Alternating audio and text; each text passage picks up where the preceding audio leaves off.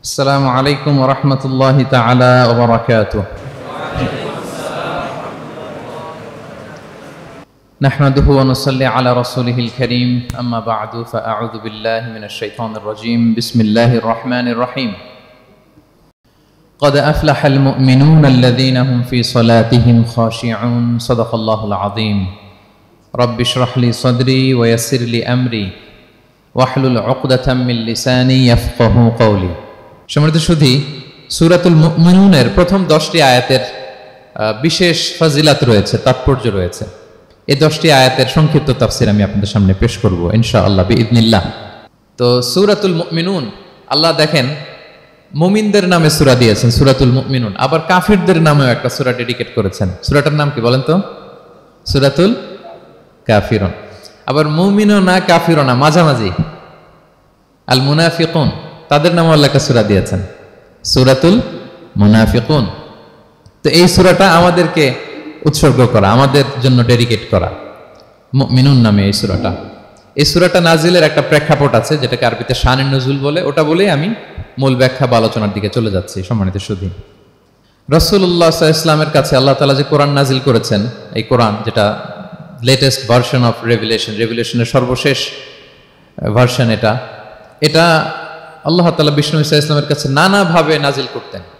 কোরআন নাজিল হওয়ার অনেকগুলো পদ্ধতি ছিল, সবসময় একইভাবে কোরআন আসতো না। কখনো কখনো কোরআন আসতো মিসলা সলসালাতিল জারাস, আমরা ঘন্টা যখন বাজাই যে বিকট শব্দ হয়, এরকম বিকট আওয়াজে মাঝে মাঝে কোরআন নাজিল হতো। আপনাদের মনে থাকবার কথা, বাংলাদেশে আমরা যখন প্রাইমারি স্কুলে পড়তাম বা হাই স্কুলে পড়তাম, ঘন্টা শেষ হলে, একটা ক্লাস শেষ হলে দফতরি কি করতো বলেন তো? হ্যাঁ, দিত না?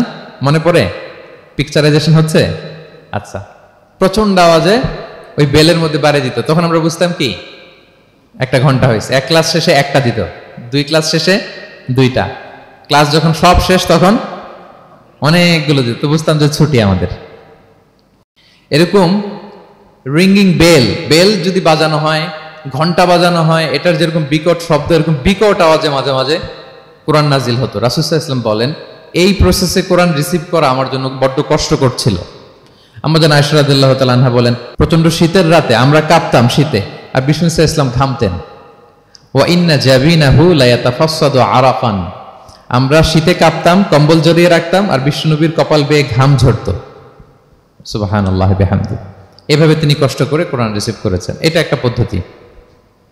আরেকটা পদ্ধতি হচ্ছে মিসলা দাবিয়া সাউতিন নাহাল, মৌমাছির ভন ভন শব্দের মতো কোরআন নাজিল হতো। যখন নাজিল হতো, রাসূল সাল্লাল্লাহু আলাইহি ওয়াসাল্লামের মুখের সামনে, চেহারার সামনে মৌমাছি ভন ভন করলে যেরকম সাউন্ড, এরকম একটা সাউন্ড হতো। এটা সাহাবারা কাছাকাছি যারা থাকতেন ওনারা উইটনেস করেছেন অনেকবার। আজকের এই আলোচনাটা এটার সাথে প্রাসঙ্গিক, আমি বলবো আপনাদেরকে। দুইটা পদ্ধতি গেল। আরেকটা পদ্ধতি হচ্ছে মিন ওয়ারাই হিজাব, পর্দার অন্তরাল থেকে সরাসরি আল্লাহ কথা বলতেন, রাসূল সাল্লাল্লাহু আলাইহি ওয়াসাল্লাম শুনতো। এটা কেবল একবারই হয়েছে, মেরাজের রাতে। তারপর মাঝে মাঝে ইউলকা ফি কুলুবি রাসূলিল্লাহ, আল্লাহ রাসূল সাল্লাল্লাহু আলাইহি ওয়াসাল্লামের অন্তঃকরণে আল্লাহ তাআলা ঢেলে দিতেন ওয়াহী। আচ্ছা, আবার কখনো কখনো জিবরাইল আলাইহিস সালাম ওনার মূল আকৃতিতে ওহী নিয়ে আসতেন। ওনার যে বিসূরাতিহিল আসলিয়া, জিবরাইল আলাইহিস সালামের যে মূল সূরাত, এই সূরাতে আসতেন। এই সূরাতে রাসূল সাল্লাল্লাহু আলাইহি ওয়াসাল্লাম জিবরাইল আলাইহিস সালামকে জীবনে দুইবার দেখেছিলেন। একবার ওই যে হেরা গুহার ওখানে দেখেছিলেন, আর একবার সেই সিদরাতুল মুনতাহা মেরাজের রাতে দেখেছিলেন। 600 পাখা মেলে বিশাল আকৃতি নিয়ে পুরো দিগন্ত বিস্তৃত করে জিবরাইল আলাইহিস সালাম নেমে আসতেন। দুইবার এভাবে রাসূল সাল্লাল্লাহু আলাইহি ওয়াসাল্লাম দেখেছিলেন। এভাবে কোরআন নাজিল হতো। আবার কখনো কখনো রাসূল সাল্লাল্লাহু আলাইহি ওয়াসাল্লাম এই যে হিউম্যান শেপে, মানুষের আকৃতিতে আসতেন, দেখতে মানুষের মতো লাগতো। মানুষের আকৃতিতে জিবরাইল আলাইহিস সালাম এসে কোরআন পৌঁছে দিয়ে যেতেন। বিষ্ণু সাল্লাল্লাহু আলাইহি ওয়াসাল্লাম বলতেন, এই প্রসেসে ওহী রিসিভ করা আমার জন্য সবচেয়ে সহজ ছিল। এটা তো খুব স্বাভাবিক, ন্যাচারাল, যে একজন মানুষ এসে আমার সাথে কথা বললে, মানুষ মানুষের সাথে কথা বলবে, এটা তো খুব ফ্লেক্সিবল হবে, কমফোর্টেবল হবে। বাকি পদ্ধতিগুলো রাসূল সাল্লাল্লাহু আলাইহি ওয়াসাল্লামের জন্য কঠিন ছিল। এবং এই সূরাতে যখন জিবরাইল আলাইহিস সালাম আসতেন, তখন দিহিয়াতুল কালবি আল আনসারী নামে এক সাহাবীর সূরাতে আসতেন। ওনার তওবাটা আল্লাহর কাছে খুব পছন্দ হয়েছিল। জাহিলি যুগে অনেক কন্যা সন্তানকে তিনি জীবিত প্রচিত করেছিলেন। পরে একবার এমন রিপেন্টেন্ট হলেন, অনুতপ্ত হলেন, অনুশোচনায় পড়ে আল্লাহর কাছে এমন কান্না করলেন। আর অনুশোচনার চোখের পানি আল্লাহ বড্ড পছন্দ করেন। অনুতপ্ত বান্দা যখন অনুতপ্ত হয়ে কাঁদে, তার চোখের পানি তার চোখ বেয়ে, নাক বেয়ে জমিনে ড্রপ করার আগে আল্লাহ বান্দাকে মাফ করে দেয়। তো আল্লাহর কাছে এত পছন্দ হয়েছিলেন, মানুষের সূরাতে আসলে ওনার সূরাতে এসে তিনি কোরআন দিয়ে যেতেন বিষ্ণু ইসলামকে। তো মুসনাদে আহমদ ইবনে হাম্বল একটা হাদিস এসছে, ওমরে ফারুক রাদিয়াল্লাহু তাআলা আনহু এই হাদিসটা বর্ণনা করেন। তিনি বলেন যে আমরা একবার বিষ্ণু ইসলামের পাশে বসা, হঠাৎ সামি'না দাওয়িয়া সাউতিন নাহাল, মৌমাছির ভনভন ভনভন শব্দ শুনতে পেলাম, কিন্তু তাকিয়ে দেখি কোনো মৌমাছি নাই। তখন বুঝলাম যে রাসূল সাল্লাল্লাহু আলাইহি ওয়াসাল্লাম ওহী রিসিভ করছেন। কি রিসিভ করছেন? ওহী রিসিভ করছেন। ঠিকই রাসূল সাল্লাল্লাহু আলাইহি ওয়াসাল্লাম কিবলামুখী হলেন, ফাস্তাকবালাল কিবলা। অনেকক্ষণ তিনি চুপ করে গম্ভীর হয়ে বসে থাকলেন, ওহী রিসিভ করলেন। এরপর সাহাবাদের দিকে তাকিয়ে উনি হেসে দিলেন, হেসে বললেন, এইমাত্র সূরাতুল মুমিনুনের প্রথম 10টা আয়াত আমার উপর নাজিল হয়েছে, এবং এই 10টা আয়াতে মুমিনদের 7টা বিশেষ বৈশিষ্ট্যের কথা বলা হয়েছে। মান আকামা হুন্না দাখালাল জান্নাহ, যেই 7টা বৈশিষ্ট্য নিজের মধ্যে ধারণ করবে সে আল্লাহর জান্নাতের ওয়ারিস হয়ে যাবে। এবং এই আয়াতগুলো বলে আল্লাহ তাআলা সবশেষে এমনটাই বলেছেন যে উলাইকা হুমুল ওয়ারিসুন আল্লাযীনা ইয়ারিসুনাল ফিরদাউসা হুম ফিহা খালিদুন, যারা এই 7টা বৈশিষ্ট্য নিজের মধ্যে ধারণ করবে তারা জান্নাতুল ফিরদাউসের ওয়ারিস হয়ে যাবে, উত্তরাধিকার হয়ে যাবে। ওয়ারিস বুঝেন তো না? ওয়ারিস, ওয়ারিস মানে হচ্ছে আপনি বাবার কাছ থেকে ইনহেরিটেন্স হিসেবে যেটা পেলেন।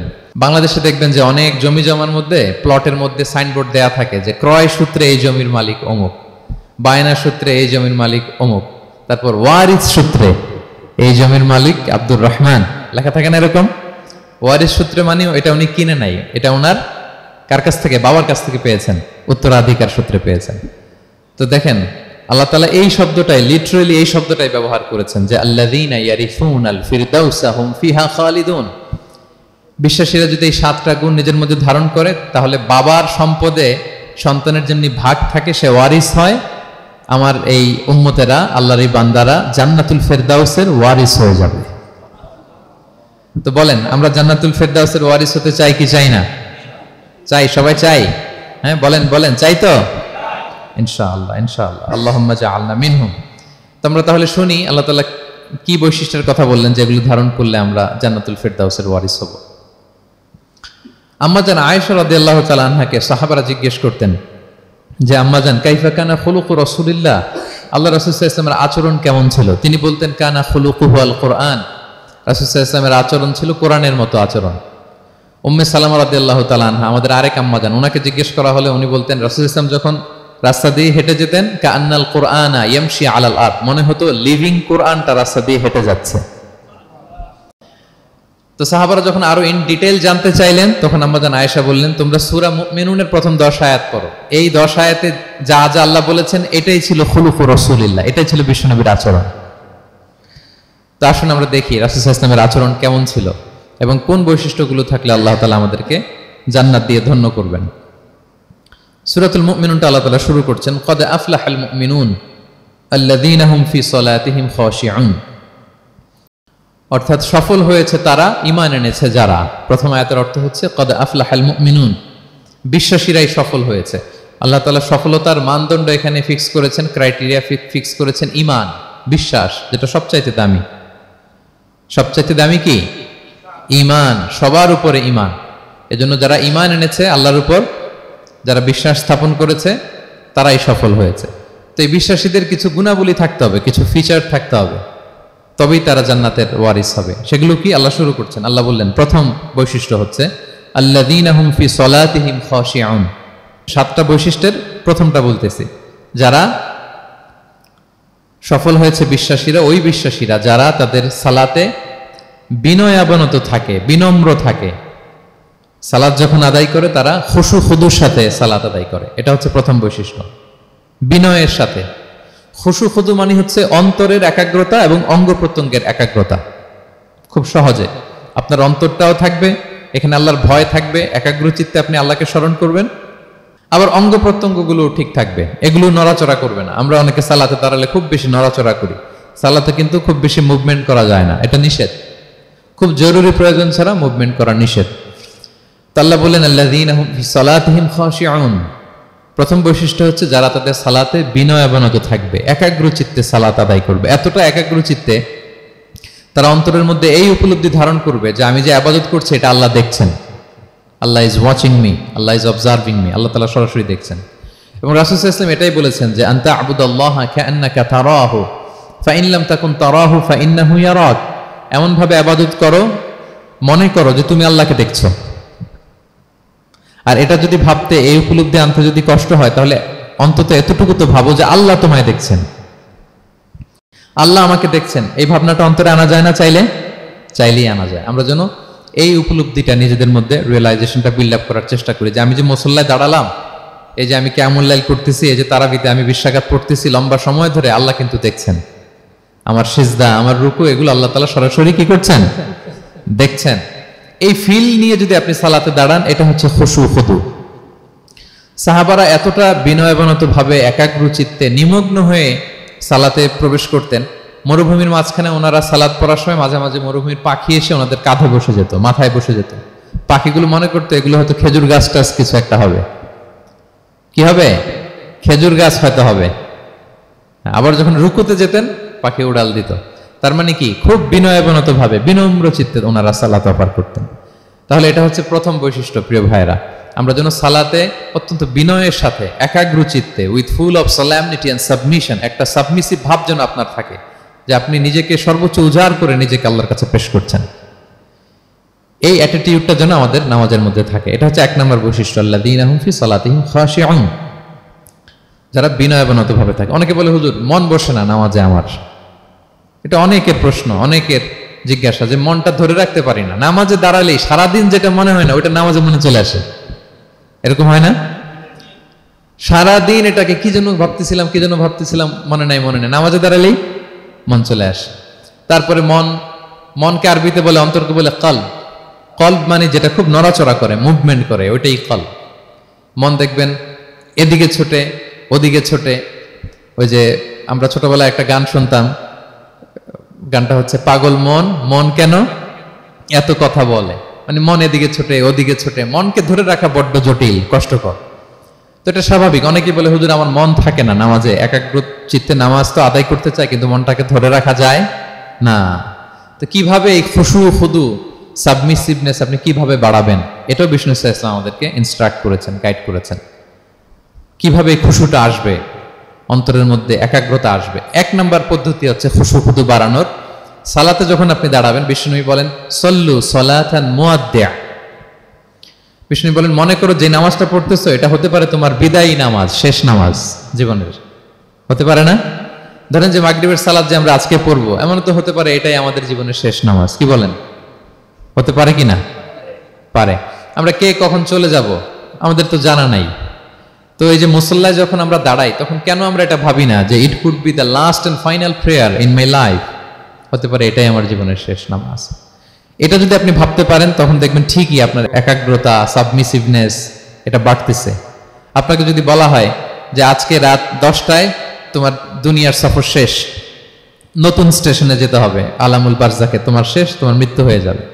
আজকে যে মাগরিব আর এই যে এশা আর যে তারাবির সালাত, এটাই তোমার লাস্ট নামাজ, যাও এটাই তোমার লাস্ট চান্স। এটা যদি আজকে আমরা জানি, এই হলরুমে যারা আছি, যদি এটা জেনে যায় যে আজকের তারাবিটাই শেষ তারাবি, শেষ সুযোগ, বলেন তো আমাদের অবস্থা কি হবে? প্রতিদিন ধরেন যে মাগরিবের নামাজের পরে একটু নিউজ দেখেন, একটু ফেসবুকে ঢুকেন, আজকেও তো ঢুকবেন, তাই না? ঢুকবেন। কি করবেন আজকে? আল্লাহ, সব বাদ দিয়ে অজু করে আতর মেখে জায়নামাজটা ভিজিয়ে দীর্ঘ কিয়ামুল লাইল করবেন। সিজদায় পড়ে চোখের পানি দিয়ে জায়নামাজ ভিজিয়ে দেবো আমরা, ঠিক কিনা? কারণ আমি নিশ্চিত হতে পেরেছি এটাই আমার শেষ নামাজ। তো এটা তো প্রত্যেক সালাতের ক্ষেত্রেই আমাদের প্রযোজ্য। আসলে আমরা যে নামাজ পড়ি, যে কোনো নামাজই তো আমার শেষ চান্স হতে পারে। কি বলেন? হতে পারে কি পারে না? বলেন তো। পারে। এই টেকনিকটাই রাসূল সাল্লাল্লাহু আলাইহি ওয়াসাল্লাম শিখিয়েছেন, বলেছেন সল্লু সালাতান মুআদ্দিয়া। মনে করো এটাই হতে পারে তোমার জীবনের শেষ নামাজ। আমাদের ইউনিভার্সিটিতে ইমাম বেসার, যিনি চিফ ইমাম, উনি নামাজের আগে একটা চমৎকার অ্যানাউন্সমেন্ট দেয়। উনি বলে যে let's perform this salah as if this is our last and final prayer. চলুন এমন ভাবে নামাজটা পড়ি, ভাবি যে হতে পারে এটাই আমার জীবনের শেষ নামাজ। তাহলে সম্মানিত, শুধু এই ভাবনাটা নিয়ে যদি আমরা মুসল্লায় দাঁড়াই, দেখবেন যে ওই দিন আপনার মনে দিক সেদিক যাবে না, একটা ভয় কাজ করবে যে হায়রে, হতে পারে এটাই আমার লাস্ট চান্স, আর আমার রবকে সিজদা দেওয়ার সুযোগ হয়তো আমি আর পাবো না। তাহলে এখন থেকে আমরা সালাতে যখন দাঁড়াবো, এটা ভাববো যে this could be my last chance in my life. হতে পারে এটাই শেষ চান্স, আমি একাগ্র চিত্তে আমার সালাতটাকে আল্লাহর কাছে উপস্থাপন করি। কি বলেন, পারা যাবে তো ইনশাআল্লাহ? খুশু খুদু বাড়ানোর 1 নম্বর টিপস। খুশু খুদু বাড়ানোর 2 নম্বর টিপস হচ্ছে তাড়াহুড়ো না করা। আমরা অনেকে তাড়াহুড়ো করি, রুকু থেকে হুট করে দাঁড়িয়ে যাই, তারপরে সোজা হয়ে দাঁড়িয়ে না থেকে তাড়াতাড়ি সেজদায় চলে যাই, 2 সেজদার মাঝখানে ধীরস্থির ভাবে বসার কথা, আমরা না বসেই 2য় সেজদায় চলে যাই। এই প্রবণতা আমাদের অনেকের আছে না? এটা কিন্তু নিষেধ। তা'দিলুল আরকান, বাকি সব মাযহাবে এটা ফরজ। আপনি তাড়াহুড়ো করলে আপনার নামাজই হবে না। আর আমাদের মাযহাবে, হানাফি মাযহাবে এটা ওয়াজিব। ওয়াজিব তরক করলে সাউ সিজদা দিতে হয়। 2 সেজদার মাঝখানে আপনি সুস্থির হয়ে বসবেন। অনেকে দেখা যায় একটা সেজদা দিয়ে মাথা কোনো রকম উঠিয়েই আরেক সেজদায় বসেও নাই ঠিক মতো আরামসে, এরকম আছে না? এটা যদি কেউ করে আমাদের মাযহাব অনুযায়ী তার সাউ সিজদা দিতে হবে। তাহলে এরকম তাড়াহুড়ো করা যাবে? আর এখন থেকে তো কি করবেন বলেন?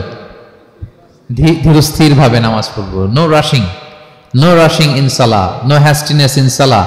নামাজে রাশ করা যাবে না, রিল্যাক্সের সাথে আমরা নামাজ পড়বো, ধীরস্থির ভাবে নামাজ পড়বো। রুকু সেজদাগুলো খুব চমৎকার ভাবে আদায় করব।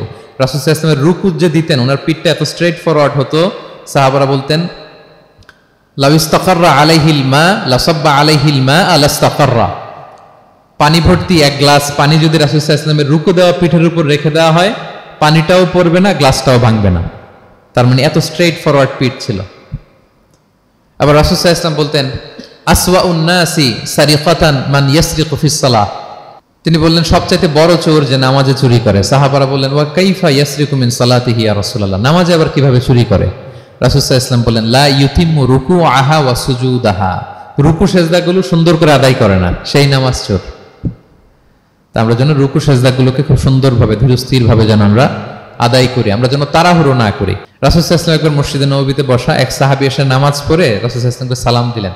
রাসূল সাল্লাল্লাহু আলাইহি ওয়াসাল্লামের সালামের উত্তর দিয়ে বলেন ইরজিআ ফাসাল্লি ফাইন্নাকা লাম তুসাল্লি, যাও তুমি আবার নামাজটা পড়ে আসো, তোমার নামাজ হয়নি। সাহাবী যে আবার নামাজ পড়ে আবার আসলেন, রাসূল সাল্লাল্লাহু আলাইহি ওয়াসাল্লাম আবার বললেন সাল্লি ফাইন্নাকা লাম তুসাল্লি, নামাজ পড়ে আসো, হয় নাই। আবার গেলেন, আসলেন, আবার বললেন তুমি নামাজটা পড়ে আসো, হয়নি। এবার তো বেচারা কেঁদে দিয়ে বলে ইয়া রাসূলুল্লাহ লা উহসিনু মিন যালিক, এর চেয়ে ভালো পারি না আমি, আপনি আমাকে শিখিয়ে দেন। রাসূল সাল্লাল্লাহু আলাইহি ওয়াসাল্লাম তখন বললেন যখন নামাজে দাঁড়াবা ফাতিহা পড়বা আর একটা সূরা মেলাবা, ধীরস্থির ভাবে দাঁড়াবা। যখন রুকুতে যাবা হাত্তা তাতমাইন্না রাকিআন, ধীরস্থির ভাবে রুকু করবা। তুমি তাড়াহুড়ো করেছো, রুকু থেকে যখন সোজা হয়ে দাঁড়াবা ধীরস্থির ভাবে দাঁড়াবা, নাকি তাড়াহুড়ো করবেন? ধীরস্থির ভাবে দাঁড়াবেন, কয়েক সেকেন্ড দাঁড়াবেন, তাসবিহ পড়বেন, এরপরে সিজদায় যাবেন। যখন সিজদায় যাবা হাত্তা তাতমাইন্না সাজিদান, রিল্যাক্স। সালাতের মধ্যে কিভাবে থাকতে হবে? উইথ রিল্যাক্সেশন, রিল্যাক্সের সাথে তুমি সিজদা দিবা। 2 সিজদার মাঝখানে বসে আবার রিল্যাক্স, আবার তুমি ধীরস্থির ভাবে বসবা। এইভাবে পুরো সালাতটা প্রত্যেকটা রাকাত তুমি এভাবে আদায় করবে। তার মানে সালাতে তাড়াহুড়ো করতে বিষ্ণু ইসলাম নিষেধ করেছেন। এমনকি অনেক সময় আমরা রুকু পাবো না বলে দৌড়ে যে সালাতে অংশগ্রহণ করি, এটাও নিষেধ করেছেন। আমরা অনেক সময় এরকম করি না? মাগরিবের নামাজে রুজু করতেছি, ইমাম সাহেব ওয়াদ-দুহা ওয়াল-লাইলি ইযা সাজা, এই সূরাটা তো মুখস্থ, তো টের পাচ্ছি যে আমি এখন মুখ ধুইতেছি আর সূরা দোহা তো শেষ হয়ে যাবে, কোন রকম ওযু করে দৌড়ে যে অংশগ্রহণ করে যাতে রাকাতটা পায়, এটা নিষেধ করেছেন বিষ্ণু ইসলাম। এটা করবেন না। আপনি ধীরস্থির ভাবে ওযু করবেন, ধীরস্থির ভাবে যাবেন, তাড়াহুড়ো করবেন না। আপনি কার সামনে যাচ্ছেন? মালিকুল আমলাক, রাজা ধীরাজ, আরশের অধিপতি। আপনি তাড়াহুড়ো করে গেলে তো আপনি হাঁপাতে হাঁপাতে অস্থির হয়ে যাবেন, ব্রেথ ইন ব্রেথ আউট করতে করতে। ধীরস্থির ভাবে যাবেন, অংশগ্রহণ করবেন। রাসূল সাল্লাল্লাহু আলাইহি ওয়াসাল্লাম বলেন ইদা উকিমাতিস সালাতু ফালা তা'তুহা তাসআউন, নামাজ শুরু হয়ে গেলে দৌড়ে দৌড়ে যে অংশগ্রহণ করবে না। আলাইকুম বিসাকিনা, ধীরস্থির ভাবে যে অংশগ্রহণ করবে। ফামা আদরাকতুম ফাসাল্লু, ধীরস্থির ভাবে যে যতটুকু পাও অতটুকুই পড়ো। ওমা ফাতাকুম ফাআতিমু, যেটা ছুটে যায় নিজে পরে দাঁড়িয়ে আদায় করে নাও। সুবহানাল্লাহ বিহামদি, কত সহজ করে দিয়েছেন। তাহলে সালাতে তাড়াহুড়ো করা যাবে? প্রিয় ভাইরা বলেন তো, তাড়াহুড়ো করা যাবে? আর আজকে থেকে না, আমরা তাড়াহুড়ো করবো না, আমরা ধীরস্থির ভাবে যে সালাতে অংশগ্রহণ করবো, তাহলে আপনার খুশু খুদু বাড়বে। 2টা টিপস গেল। 3 নাম্বার হচ্ছে জামাতে সালাত আদায় করতে হবে, তাহলে আপনার একাগ্রতা বাড়বে। সলাতুল জামাআতি তাফদুলু সলাতাল ফাযি বি27 দারাজা, একাকী নামাজ পড়লে যে সওয়াব, জামাতে পড়লে 27 গুণ বেশি সওয়াব। জামাতে পড়বেন। রাসূল সাল্লাল্লাহু আলাইহি ওয়াসাল্লাম সবসময় জামাতে সালাত পড়তেন। ইন্তেকালের আগেও এই সালাতের ব্যাপারে তিনি আমাদেরকে ওসিয়ত করেছেন, বলেছেন আসসালাতু আসসালাত ওয়া মা মালাকাত আইমানুকুম। ইন্তেকালের আগ মুহূর্ত এখনই রুহু কবজ হবে। এর আগে উনি কি বলেছেন? সালাত, উম্মতেরা সালাত, নামাজ, নামাজ যেন নষ্ট না হয়। উমর ফারুক রাদিয়াল্লাহু তাআলা আনহুর সময়ে একজন অগ্নি উপাসক ছিল, তার নাম আবু লুলু আল মাজুসি। উনি মুগীরা ইবনে শুবা রাদিয়াল্লাহু তাআলা আনহু নামে এক সাহাবীর দাস ছিলেন, মুকাতাব দাস। কন্ট্রাক্ট ছিল যে এত টাকা দিলে তাকে আজাদ করা হবে। তো এই অগ্নি উপাসক মাজুসি এসে ওমর ফারুককে বলে, খলিফাতুল মুসলিমিন, আমার মালিক সাহাবী মুগীরা আমার কাছে প্রতিদিন অনেক টাকা চার্জ করে। উনি বললেন, তাই নাকি? কত চার্জ করে? বলে যে এত চার্জ করে। তো বলতেছে, আচ্ছা তুমি তাহলে কি কাজ করো, কি কাজ জানো? বলে যে আমি খঞ্জর বানাতে জানি, ছুরি, ছোট ছুরি আর কি। বলতেছে, ওরে আল্লাহ, যারা খঞ্জর বানাতে জানে তারা তো অনেক টাকা মেক করে, সেই হিসাবে তো মুগীরা বেশি চার্জ করে না, অল্পই চার্জ করছে। সে ইনসাফপূর্ণ চার্জই করেছে। কিন্তু এই আবু লুলু আল মাজুসির এই কথাটা পছন্দ হয় না, সে রাগান্বিত হয়ে গেল, হয়ে বলে, ওমর, সবার ক্ষেত্রে তুমি নরম আর আমাকে তুমি কঠিন নিয়ম শেখাও না, দাঁড়াও তোমাকে আমি দেখাচ্ছি। মনে মনে বলতেছে এটা। রেগে মেগে সে বাড়িতে এসে আজকে একটা খঞ্জর বানাইছে, দুই মুখ খঞ্জর, ওয়া মাকবাদাতুহু ফি ওয়াসাতি, এটার হ্যান্ডেলটা মিডলে, এদিকেও মাথা ওদিকেও মাথা, এটার ধার করে প্রতিদিন বিষ মাখায় এটাতে। আর মনে মনে বলে, ওমর দাঁড়াও তোমাকে আজকে আমি দেখাবো। তো ওমর ফারুককে আল্লাহ তাআলা স্বপ্নে দেখিয়েছেন যে একটা লাল মোরগ ওনাকে 3টা ঠোকর মেরেছে। উনি সাহাবাদের কাছে বলেছেন যে আমি স্বপ্নে দেখেছি একটা লাল মোরগ আমাকে 3টা ঠোকর মেরেছে। তো সে খঞ্জরকে ধার দিয়ে একদিন ফজরের নামাজে, ওয়াকানু ইউসাল্লুনা বিগালাস, ওনারা খুব অন্ধকার থাকতে ফজরের নামাজ পড়তো। সে বুরনুস, এক ধরনের জুব্বা যেটার মাথা আছে, ওটা পরে হুডির মতো আর কি, হুডি চেনেন তো না, হুডির মতো একটা জুব্বা পরে সে অন্ধকারে, সে তো আসলে অমুসলিম, সাহাবাদের সাথে পিছনে দাঁড়াইছে নামাজের ভান করার জন্য, আর এই খঞ্জরটা নিয়ে গেছে সাথে। উমর ফারুক ফজরের সালাত শুরু করলেন, প্রথম রাকাত শেষ করলেন, দ্বিতীয় রাকাতের জন্য যখন দাঁড়াইছেন তখনই সে প্ল্যান মাফিক খঞ্জর বের করে ওমর ফারুকের পেটের মধ্যে 3বার স্টেবিং করলেন, আঘাত করলেন। করার সাথে সাথে ওমর ফারুক উল্টে পড়ে গেলেন আর বললেন, কাতালানি আল কালব, কোনো এক কুকুর আমাকে আঘাত করেছে। তো সাহাবার ওমর ফারুককে ধরলেন, আর এই অগ্নি উপাসক এই খঞ্জর নিয়ে কাতারের মাঝখান দিয়ে দুই দিকে খঞ্জর চালাতে চালাতে যাচ্ছিলেন। যে সাহাবাই ধরে সেই আঘাতপ্রাপ্ত হয়ে ওখানে 7 থেকে 10 জন স্পট ডেথ, জায়গায় মারা গেছে। পরে এক সাহাবী নিজের জামা খুলে তার গায়ে ছুঁড়ে মারছে, তখন সে ওইটাতে পেঁচিয়ে পড়ে গেছে। যখন বুঝে গেছে যে আমাকে ধরে ফেলবে, সে সুইসাইড করে ফেলছে, নিজেকে নিজে মেরে ফেলছে। তো ওমর ফারুক তো বেহুশ, ওনাকে নিয়ে যাওয়া হলো, পিছন থেকে একজন নামাজের ইমামতি করলেন। তো ওমর ফারুক রাদিয়াল্লাহু তাআলা আনহু হুশ ফিরে পেলেন। হুশ ফিরে পাওয়ার পরে দিনের বেলা যখন হুশ আসলো ওনার, সবাই চারদিকে বসা যে হায় হায় আমাদের আমিরুল মুমিনিনের কি জানি কি হয়। হুশ ফিরার পরে ওনার মুখের প্রথম কথাটা ছিল আসাল্লান নাস, মানে আমার নেতৃত্বে যে ফজরের সালাতটা শুরু হয়েছিল এটা কি ঠিকঠাক শেষ হয়েছিল? সুবহানাল্লাহ পড়বেন না? আচ্ছা বলেন তো, এই মুহূর্তে আমরা কি করতাম? ওনাকে যে স্টেবিং করছে, চিকিৎসক এসে দুধ দেয়, দুধ পেট দিয়ে বেরিয়ে যায়, নাবিজ দেয়, নাবিজ বের হয়ে যায়, মানে উনি ইন্তেকাল করবেন, এটা বোঝাই যাচ্ছে। এমন কঠিন পরিস্থিতিতে আমরা যদি হসপিটালে হুশ ফিরে পেতাম, আমরা কি বলতাম বলেন দেখি? কে কি বলতেন? কে মারছে, আমারে বাঁচানো যায় কিনা, মাউন্ট এলিজাবেথে নিয়ে চলো, সিঙ্গাপুরে অথবা বামরুন গ্রেডে নিয়ে চলো, আমেরিকাতে নিয়ে চলো, অথবা আমার তো ওখানে ব্যাংক ব্যালেন্স আছে, আমি তো মরে যাবো, আমার ছেলেগুলার কি হবে, হ্যাঁ আমার মেয়েগুলার কে দেখবে, এগুলো ছিল আমাদের কনসার্ন। তো ওমর ফারুক জানতেছেন যে উনি পৃথিবী থেকে বিদায় নিচ্ছেন, একটু হুশ ফিরে পাইছেন। হুশ ফিরে পাওয়ার পরে প্রথম কথাটা ছিল আসাল্লান নাস, লোকেরা কি নামাজ পড়েছিল? আল্লাহু আকবার। তাহলে এটা কত গুরুত্বপূর্ণ ইবাদত, কিভাবে এই সালাতকে সাহাবারা অফার করতেন। তো খুশু খুদুর সাথে যদি আমরা সালাত অফার করতে চাই, আমাদেরকে জামাতে পড়তে হবে। একাকি পড়লে দেখবেন মনে দিকে যায়, ওদিকে যায়, কয় রাকাত পড়ছি ভুলে যাই, এরকম হয় না? একাকি পড়তে গেলে এটা করা যাবে না, জামাতে পড়তে হবে। সালাতে কি কি বলতেছেন এগুলোর অর্থ বুঝে যদি সালাত অফার করেন, তাইলে আপনার সালাতে মনোযোগ থাকবে। সুবহান রাব্বিয়াল আলা, সুবহান রাব্বিয়াল আযীম, এর অর্থ কি? সূরা ফাতিহা যে প্রতিদিন পড়ি, কি সুন্দর প্রার্থনা সূচক বাক্য, এর অর্থ কি? আল্লাহ সকল প্রশংসা তোমার, আল্লাহ তুমি দয়াময় মেহেরবান, আল্লাহ তুমি বিচার দিবসের মালিক, যেদিন তোমার আরশের ছায়া ছাড়া কোনো ছায়া থাকবে না। নবীদের যে পথে চালিয়েছে ওই পথে আমাদেরকে চালাও, যারা ভ্রান্ত হয়েছে, যারা তোমার ক্রোধের শিকার হয়েছে ওই পথে আমাদেরকে চালিও না। কি চমৎকার চমৎকার কথামালা দিয়ে আমরা এই দোয়াগুলো পড়ি। আমরা অর্থ বুঝি না বলে আমাদের হৃদয়েও টাচ করে না, ঠিক কিনা? দেখবেন আরব শায়েকরা যখন কিয়ামুল লাইল করে, তারাবির সালাত পড়ায়, অনেক অনেক আয়াতে ওনারা ডুকরে ডুকরে কেঁদে ওঠে আওয়াজ করে, কারণ কি? জাহান্নামের আয়াত, আযাবের আয়াত, পূর্ববর্তী উম্মত যে ধ্বংস হয়েছে, কিভাবে ওদেরকে বিকট আওয়াজ দিয়ে, গ্রাউন্ড সাউন্ড গ্রেনেড দিয়ে ধ্বংস করা হয়েছে, বন্যা দিয়ে ধ্বংস করা হয়েছে, কিভাবে এদেরকে বাতাস দিয়ে নাস্তানাবুদ করে দেওয়া হয়েছে, এগুলো যখন পড়ে ওনারা কাঁদে।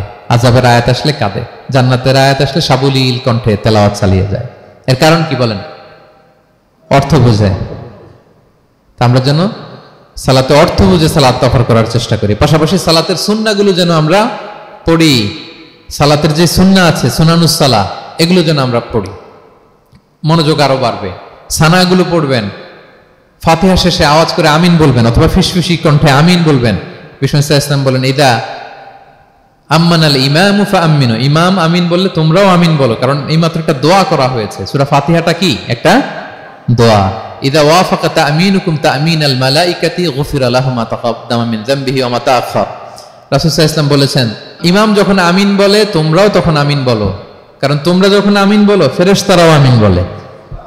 আর তোমাদের আমিন আর ফেরেশতাদের আমিন যখন একসাথে হয়ে যায়, তোমাদের পূর্বের সব গুনাহ আল্লাহ মাফ করে দেয়।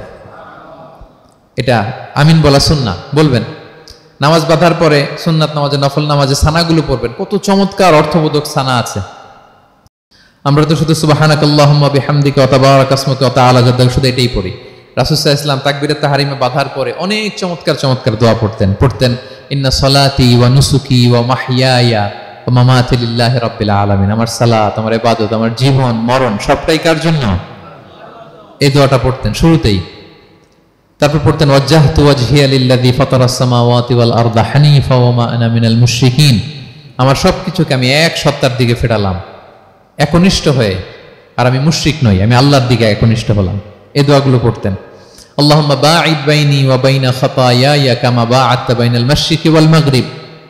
আল্লাহুম্মা নাক্কিনি মিন খাতায়ায়া কামা ইউনাক্কা আস-সাওবুল আবয়াদু মিনাদ দানাস। আল্লাহুম্মা আগসিল খাতায়ায়া বিল মাই ওয়াস সালজি ওয়াল বারাদ। এগুলো সানা, এগুলো যে সানা আমরা জানিই না। সানা মানে হচ্ছে প্রশংসা সূচক কথা। আমরা শুধু সুবহানাকাল্লাহুম্মা বিহামদিকা এতটুকুই পড়ি। রাসূল সাল্লাল্লাহু আলাইহি ওয়াসাল্লাম বলতেন, আল্লাহ আমার আর আমার গুনার মাঝে এতটুকু দূরত্ব করে দাও, পূর্ব থেকে পশ্চিম যত দূর, আমার আর আমার গুনার বোঝার মাঝে এতটুকু দূরত্ব তুমি করে দাও। সাদা কাপড় যেমনি ধুয়ে ফকফকা করা হয়, আল্লাহ আমাকে তুমি গুনামুক্ত করে এরকম ফকফকা সাদা বানিয়ে দাও, শুভ্র বানিয়ে দাও। আল্লাহ আমাকে তুমি বরফ দিয়ে, ঠান্ডা পানি দিয়ে, তুষারপাত দিয়ে ধুয়ে আমার গুনাহগুলো তুমি পরিষ্কার করে আমাকে তুমি নিষ্পাপ করে দাও। এগুলো বলে এরপরে আলহামদুলিল্লাহ রাব্বিল আলামিন সূরা ফাতিহা শুরু করতেন।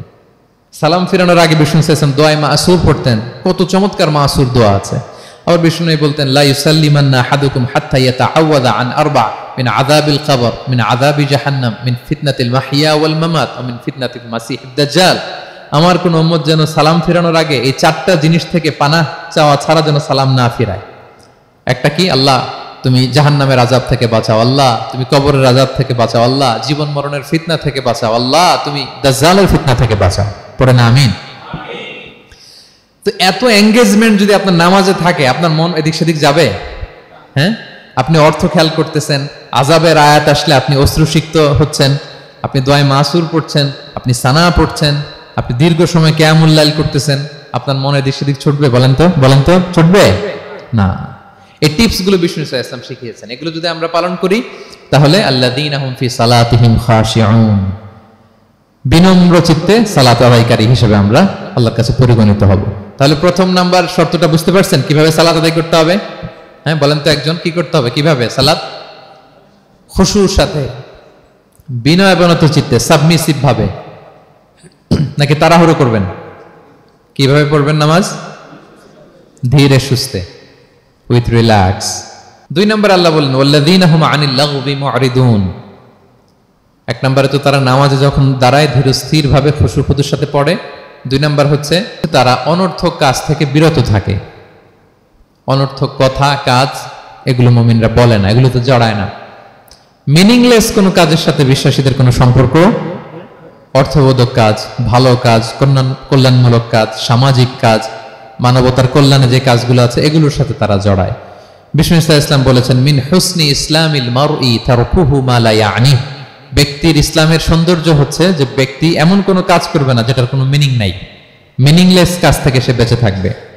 মুহাদ্দিসিনে ইকরাম এই হাদিসটাকে বলে রুবউদ্দিন। মানে দিন ইসলামকে যদি 4 ভাগ করেন, এই 4 ভাগের 1 ভাগের কথা এই হাদিসের মধ্যে চলে আসছে। সেটা কি? যে বিশ্বাসীরা কোনো অনর্থক কাজে জড়ায় না নিজেদেরকে। অনর্থক কাজ, কথাবার্তা, অপ্রয়োজনীয় আড্ডা, অপ্রয়োজনীয় খুশগল্প, অন্যকে নিয়ে সমালোচনা, অন্যের গীবত, শেকায়াত, ওর এই সমস্যা, ওর এই সমস্যা, চায়ের আড্ডাতে আমরা এরকম সমালোচনার ঝড় তুলি, ঠিক কিনা বলেন? ঠিক কিনা? এটা করা যাবে না। আপনি জান্নাতেরও ওয়ারিস হবেন, আবার চা মুখে নিয়ে আপনি শেকায়াত করবেন, গীবত করবেন, দুইটা একসাথে যাবে না। তাহলে বিশ্বাসীরা কোনো অনর্থক কাজে জড়ায় না, মিনিংলেস কাজে জড়ায় না। তারা ভালো কাজে, কল্যাণের কাজে জড়ায়। মিনিংলেস কোনো কথাও বলে না, কারণ তারা জানে মা ইয়ালফিদু মিন কাউলিন ইল্লা লাদাইহি রাকিবুন আতীদ। আমরা যা বলি, মুখ নিঃসৃত যা বের হয়, এটাকে লিখে রাখার জন্য একদল ফেরেশতা আছে, রাকিব পর্যবেক্ষণকারী, আতীদ একেবারে প্রহরীর মতো আছে। বললেই টুকে নেয়, বললেই টুকে নেয় সব। সূরা ইয়াসিন আল্লাহ বলেন ওয়া কুল্লা শাইইন আহসাইনাহু ফি ইমামিন মুবিন। আমি ইমামুম মুবিন নামক এক দালিলি রেজিস্ট্রি খাতায় সব কিছু তুলে রাখছি, সব পাই টু পাই আপনি পাবেন। আপনি অবাক হবেন, মা লি হাযাল কিতাবি লা ইগাদিরু সাগীরাতান ওয়ালা কাবীরাতান ইল্লা আহসাহা। এটা কেমন আমলনামা, ছোট্ট ভালো কাজ করেছে ওইটাও আছে, ছোট্ট খারাপ করেছে ওইটাও আছে। অবাক হবেন আপনি, সব আল্লাহ তাআলা সেখানে তুলে রাখবেন। তো বিশ্বাসীরা কোনো অনর্থক কথা কাজের সাথে জড়ায় না, এজন্য কারণ তারা জানে এগুলো সব রেকর্ডেড, সব রেকর্ডেড। আপনার কোনো কাজ যদি রেকর্ড করা হয় এবং বলা হয় যে এটা গণমানুষের কাছে উপস্থাপন করা হবে, আপনি কি করবেন তখন বলেন তো? খুব সতর্ক হয়ে চলবেন, সতর্ক হয়ে বলবেন। হ্যাঁ, এই যে আমরা যে এই ক্যামেরা থাকলে যেভাবে কথা বলি, সবসময় কি এইভাবে বলি না? আমরা যখন নিজেদের ঘরোয়া আড্ডায় বসে আমরা কত কথা বলে ফেলি, ইনফরমাল অনেক কথা বলি, যেগুলো ক্যামেরা থাকলে বলি না, কারণ এটা ফরমাল, এটা কোটি মানুষের কাছে যাবে, সবাই শুনবে, সবাই জানবে, এজন্য আমরা সাবধান হয়ে কথা বলি। কি বলেন? তো এই যে এই ক্যামেরা কিন্তু অদৃশ্য ক্যামেরা চারদিকে আমাদের, ইমামুম মুবিন নামক অদৃশ্য ক্যামেরা দিয়ে সব রেকর্ড করা হচ্ছে। রেকর্ড করে দিচ্ছেন কে? পাই টু পাই হিসাব চাওয়া হবে। আল্লাহর সুপ্রিম কোর্টের কাঠগড়ায় সব হিসাব চাইবেন আল্লাহ তাআলা, আপনি যে দেখবেন। তো বিশ্বাসীরা এই সেন্সটা মাথায় রাখে, সব যেহেতু রেকর্ডেড, যা মনে চায় মুখ দিয়ে বলা যাবে, যা মনে চায় করা যাবে না। এজন্য অহেতুক কথাবার্তা, অহেতুক সমালোচনা, অহেতুক গসিপিং, অহেতুক কমেন্টস এগুলো করব না। এখন সোশ্যাল মিডিয়ার যুগে দেখবেন যে কমেন্টসের বন্যা বয়ে যায়, যার যেটা মনে চায়, কারণ ধরার কেউ নাই, দেখার কেউ নাই, বলার কেউ নাই, যা মনে চায় লিখতে থাকে। হ্যাঁ, বিশাল একজন বড় মাপের লোক, তার ওখানে যে লিখতেছে যা মনে চায়, গালি গালাজ, ওনাকে অ্যাডভাইস দেওয়া, নাসিহাত দেওয়া ইচ্ছে মতো। বিশ্বাসীরা এটা করে না, তারা অনর্থক কোনো কাজে জড়ায় না, এবং কেউ জড়াতে চাইলেও তাকে স্পেস দেয় না। একদল আছে দেখবেন যে আপনি আজে বাজে কাজে জড়ান না, এটা আবার অনেকের ভালো লাগে না, তো তারা এসে আপনাকে জড়াতে চাবে, তর্ক করবে, আপনার সাথে ডিবেট করবে, পায়ে পাড়া দিয়ে ঝগড়া করবে। এরকম আছে না নাই? আপনার কমেন্ট বক্সে এসে দেখবেন যে গালি দিবে, হ্যাঁ, ট্যাগিং করবে, পোক করবে, মানে আপনাকে অস্থির বানাতে চাইবে। আপনি কি করবেন? আপনিও আরেকটা গালি দিয়ে দিবেন কমেন্টসে। আপনারও তো স্বাধীনতা আছে নাকি? আপনি দিবেন গালি, কি করবেন? সালাম দিবেন। কি দিবেন?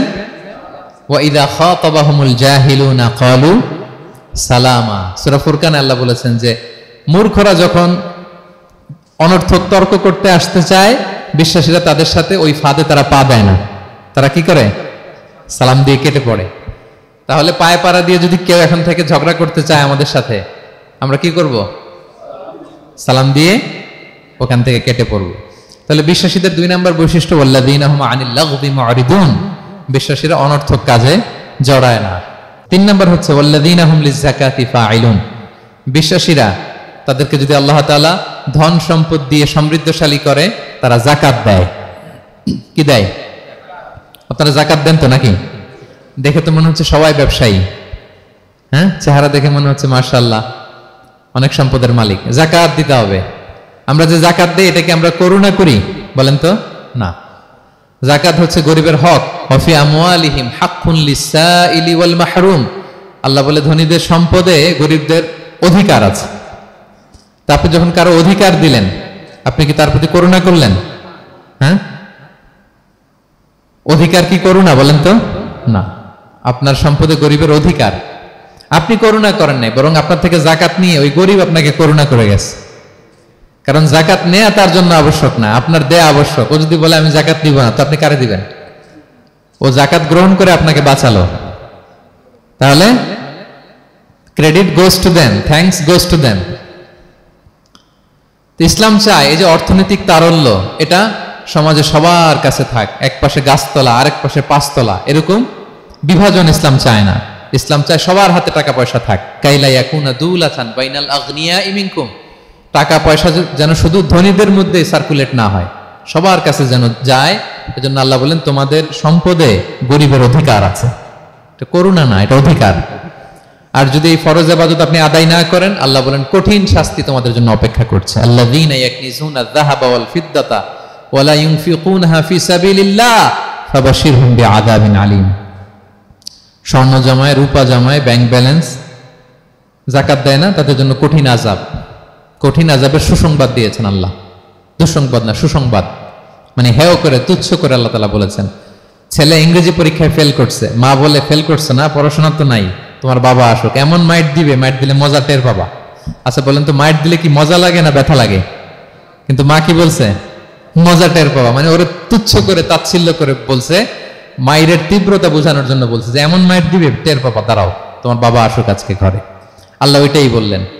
এই সম্পদগুলোকে লোহার খুন্তি বানিয়ে জাহান্নামের আগুনে পোড়ানো হবে। 3 জায়গায় সাকা দেওয়া হবে। ফি তুকুয়া বিহা জিবাহুহুম, কপালে, পাজরে, পিঠে। আর বলা হবে হাযা মা কানাস্তুম, এগুলো তুমি জমায় রাখছিলা, দাও নাই মানুষকে। Bank balance, FDR, fixed deposit, price bond, এটা সেটা দাও নাই তুমি। আর হাদিসে এসেছে সোজা আন আকরা, টেকো সাপ হবে, মোস্ট ভেনোমাস স্নেক। সাপের মাথায় কিন্তু চুল গজায়, জানেন? সাপের মাথায় পশম আছে, কিন্তু যেই সাপের যেটা বেশি বিষাক্ত, এটার মাথায় পশমও থাকে না বিষের কারণে। এরকম সাপ ওই সম্পদগুলো সাপ হয়ে ছোবল মারবে আর বলবে আনা মালুক, আমি তোমার প্রাইস বন্ড, আমি তোমার ব্যাংক ব্যালেন্স, আমাকে খাওয়ার জন্য তো রাখছিল, আজকে উপভোগ করো। আল্লাহু আকবার। আল্লাহ আমাদেরকে হেফাজত করুক। সো যাদের সম্পদ আছে আমরা যেন জাকাত দেই, হিসেব করে করে যেন দেই। আপনাদের স্ত্রীদের যাদের অর্নামেন্টস, জুয়েলারি আছে, তারা যেন তাদের সম্পদের জাকাত দেয়। 25 গ্রাম যদি সোনা থাকে বা 595 গ্রাম যদি রূপা থাকে, অথবা এই পরিমাণ সম্পদ থাকে, ভাবিরাও জাকাত দিতে হবে। এটা ইন্ডিভিজুয়াল ইবাদত। আপনার জাকাত আপনার, ভাবির জাকাত ভাবির। আপনি চাইলে টাকা দিয়ে হেল্প করতে পারেন, কিন্তু ওনারও হিসাব করতে হবে এবং এটা কম্পালসারি, দিতেই হবে, দিতেই হবে। তাহলে ওয়াল্লাযীনা হুম লিয-যাকাতি ফাঈলুন, 4 নাম্বার হচ্ছে তারা জাকাত দেয়। 5 নাম্বার 6 নাম্বার আল্লাহ এক আয়াতে বলে ফেলেছেন, ওয়াল্লাযীনা হুম লিআমানাতিহিম ওয়া আহদিহিম রাউন। বিশ্বাসীরা আমানতের হেফাজত করে আর কথা দিলে কথা রাখে। 5 নাম্বার হচ্ছে আমানতের খেয়ানত করে না বিশ্বাসীরা, কারণ আমানতের খেয়ানত করে এটা মুনাফিকের আলামত। ইযা তুমিনা খানা, বিষ্ণু বললেন মুনাফিকদের বৈশিষ্ট্য হচ্ছে ওদের কাছে আমানত রাখলে ওটা আর পাওয়া যায় না পরে। এমন লোক আছে না সমাজে, আমানত রাখলে আর পাওয়া যায় না। তারা কি মুমিন না মুনাফিক বলেন তো? ইন্নাল্লাহা ইয়া'মুরুকুম আন তুআদ্দুল আমানাতি ইলা আহলিহা, আল্লাহ বলেছেন যার আমানত তাকে বুঝিয়ে দাও। বিষ্ণু ঈসা ইসলামকে মক্কার লোকেরা 2টা উপাধি দিয়েছিল, এক হচ্ছে আস-সাদিক, 2 হচ্ছে আল আমিন। সাদিক মানে সত্যবাদী। কারা দিয়েছিল? ঘোর শত্রুরা, অপোজিশন পার্টি, তারা উপাধি দিয়েছে। একটা হচ্ছে সাদিক মানে কি, আরেকটা হচ্ছে আল আমিন, বিশ্বস্ত। এতটা বিশ্বস্ত যে বিষ্ণু ঈসা ইসলাম মক্কা থেকে মদিনায় যেদিন হিজরত করতে যাবেন, আমানতের জিনিসগুলো উনি আলী রাদিয়াল্লাহু তাআলা আনহুর কাছে রেখে গিয়েছিলেন। এত এত আমানতের সম্পদ ওনার ঘরে ছিল। এই ডিপোজিট বুঝিয়ে দিতে আলী রাদিয়াল্লাহু তাআলা আনহুর টানা 3 দিন সময় লেগেছে, মক্কাবাসীদের আমানত বুঝিয়ে দিতে। সো যার আমানতদারিতা নাই তার ঈমান নাই। বিষ্ণু বলেছেন লা ঈমানা লিমান লা আমানাতা লা, যার আমানতদারিতা নাই ওর ঈমানই নাই। এবং আমানত ধ্বংস হয় এটা কিয়ামতের আলামত। ইযা দুইয়াতিল আমানাতু ফান্তাযিরিস সাআ, যখন আমানত নষ্ট হবে তোমরা কিয়ামতের অপেক্ষা করো। এখন বলেন তো আমাদের সমাজে আমানতের কি অবস্থা? খুবই খারাপ। আল্লাহু আকবার। আমানতটা কিন্তু এই যে এই ভাই আমাকে 2000 রিঙ্গিট রেখে বলছে আগামী মাসে এটা আমি নিব, একটু রাখেন, শুধু এইটাই আমানত না। আল্লাহ আপনাকে যে পুরো সম্পদ দিয়েছেন এটা আমানত। আপনার ব্যবসা প্রতিষ্ঠান এটা আল্লাহর দেয় আপনার কাছে আমানত। আপনার ছেলে আছে, মেয়ে আছে, স্ত্রী, তারা আল্লাহর দেয়া আমানত আপনার কাছে। আপনার নেম, আপনার ফেম, আপনার পাওয়ার, আপনার নলেজ, এগুলো আল্লাহর দেয়া আমানত। আপনি দেশের প্রধানমন্ত্রী, পুরো দেশটা আপনার কাছে আমানত, ঠিক কিনা? এই আমানতের ব্যাপারে জিজ্ঞেস করা হবে। বিশ্বাসীদের বৈশিষ্ট্য, তারা আমানতকে হেফাজত করে, আমানত রক্ষা করে, আমানতের খেয়ানত তারা কোশ্চিনকালেও করে না। 6 নম্বর হচ্ছে ওয়া আহদিহিম রাউন, বিশ্বাসীরা কথা দিলে কথা রাখে, তারা ওয়াদার খেলাফ করে না। ওয়াদার খেলাফ করাও কিন্তু মুনাফিকের আলামত। ওয়া ইযা ওয়াআদা আখলাফা, ওয়াদা দিলে মুনাফিকরা এটা খেয়ানত করে, তারা কথা দিয়ে কথা রাখে না। এবং আপনি কাউকে কথা দিয়ে যদি না রাখেন, এরকম প্রত্যেকটা প্রমিস, কমিটমেন্টের ব্যাপারে আপনি জিজ্ঞাসিত হবেন। আল্লাহ বলেন ওয়া আউফু বিল আহদি ইন্নাল আহদা কানা মাসউলা। কথা দিলে কথা রাখো, ছেলে মেয়েদের কথা দিলে কথা রাখবেন, বন্ধু বান্ধবদেরকে কথা দিলে কথা রাখবেন, স্ত্রীকে কথা দিলে কথা রাখবেন। প্রমিস দিলে এটা রাখতে হবে, কারণ এ ব্যাপারে জিজ্ঞেস করা হবে। নবীদের মধ্যে ইসমাঈল আলাইহিস সালাম ওয়াদা রক্ষার ব্যাপারে খুব বেশি সোচ্চার ছিলেন। সব নবীরাই ছিলেন, উনি বেশি সোচ্চার। এজন্য আল্লাহ বলেন ওয়াজকুর ফিল কিতাবি ইসমাঈল ইন্নাহু কানা সাদিকাল ওয়াদি ওয়া কানা রাসূলান নাবিয়্যা। উনি ছিলেন সাদিকাল ওয়াদ, প্রতিশ্রুতি রাখতেন। এক লোকের সাথে ওনার কথা হলো যে আগামীকাল বিকেলে ওনারা দেখা করবেন। ইসমাঈল সাল্লাম বিকেলবেলা আগামীকাল যে এক গাছের নিচে কমিটমেন্ট ছিল যে অপেক্ষা করলেন, কিন্তু ওই লোক আসে নাই, ভুলে গেছে।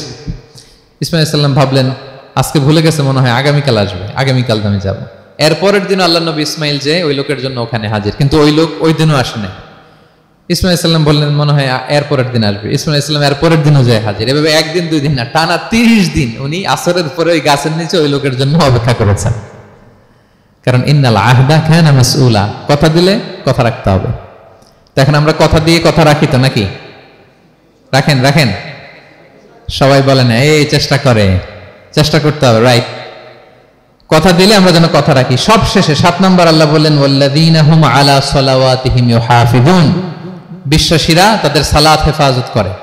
একটু খেয়াল করে দেখেন, 7টা গুণের প্রথমটাও কি নিয়ে? সালাত নিয়ে, আবার শেষটাও। তার মানে কি বোঝা গেল? এটা বেশি গুরুত্বপূর্ণ না কম গুরুত্বপূর্ণ? সব নষ্ট হতে পারে, মুমিনের নামাজ নষ্ট হতে পারে, নামাজকে হেফাজত করতে হবে। হাফিজু আলা সালাওয়াত, আল্লাহ বললেন তোমাদের নামাজগুলোকে তোমরা হেফাজত করো। আগের যুগের উম্মতেরা সিনাগোগে না গেলে ইবাদত করতে পারতো না, চার্চে না গেলে ইবাদত করতে পারতো না, কিন্তু আমরা মসজিদেও নামাজ পড়তে পারি, বাইরেও পড়তে পারি। 5টা বিশেষ বৈশিষ্ট্য আল্লাহ তাআলা বিশ্বনবী সাল্লাল্লাহু আলাইহি ওয়াসাল্লামকে দিয়েছিলেন। এর মধ্যে একটা হচ্ছে জুইলাত লি আল আরদু কুল্লুহা মাসজিদান ওয়া তাহুরা, আল্লাহ আমার জন্য পুরো জমিনটারে মসজিদ বানাই দিয়েছে। পুরো জমিন, আপনি ফ্লাই করতেছেন, বিমানে পড়তে পারবেন, আপনি সাগরে আছেন, জাহাজে পড়তে পারবেন, আপনি বিকেলবেলা মাঠে আছেন, ওযু থাকলে আল্লাহু আকবার বলে দাঁড়ায় যাবেন, বন্ধুদেরকে নিয়ে যে কোনো জায়গায় নামাজ পড়া যায়, ঠিক কিনা? এই নামাজ নিয়ে কোনো এক্সকিউজ চলবে না। No excuse will be granted that day. দাঁড়িয়ে পড়তে পারেন না, বসে পড়তে হবে, বসে পারেন না তো শুয়ে পড়তে হবে, শুয়ে পারেন না তো ইশারায় পড়তে হবে, ওযুর জন্য পানি নাই তো তায়াম্মুম করে পড়তে হবে, ঠিক কিনা? হাফিজু আলা সালাওয়াত, সালাতের ব্যাপারে সচেষ্ট হও, কারণ এটা প্রথম হিসেব চাইবেন আল্লাহ। আল্লাহ বলেন আউয়ালু মা ইউহাসাবু বিহিল আবদু ইয়াউমাল কিয়ামাতি আস-সালাহ, কিয়ামতের সর্বপ্রথম হিসেব হবে নামাজের। আওয়াজ করে বলেন কিসের? ফা ইন সালাহাত সালাহা সাইরু আমালি, নামাজের হিসেব যদি সহজ হয় সব সহজ, আর নামাজের হিসেব যদি গন্ডগোল হয় পুরো আমল নামায় গন্ডগোল লেগে যাবে। প্রিয় ভাইরা, তাই আমরা যেন সালাতের ব্যাপারে যত্নবান হই, আমরা যেন খুশু খুজুর সাথে সালাত পড়ি, আমরা যেন অনর্থক কথাবার্তা কাজ থেকে যেন বেঁচে থাকি। আল্লাহ যাদেরকে আমাদেরকে সম্পদ দান করেছেন, আমরা যেন ফরজ যাকাতটুকু আদায় করি, আমরা যেন আমানতের ব্যাপারে সাবধান হই, সচেতন হই, আমানতকে যেন রক্ষা করি, আমরা যেন কথা দিলে কথা রাখি, এবং যে কোনো মূল্যে আমরা যেন সালাতকে হেফাজত করি। আমাদের সব মিস হতে পারে, কাজকে আমরা বলবো যে নামাজ আছে, নামাজকে বলা যাবে না আমার কাজ আছে, ঠিক কিনা বলেন? আওয়াজ করে বলেন ঠিক কিনা? কাজকে কি বলবো আমরা, নাকি নামাজকে বলবেন আমার একটু কাজ আছে?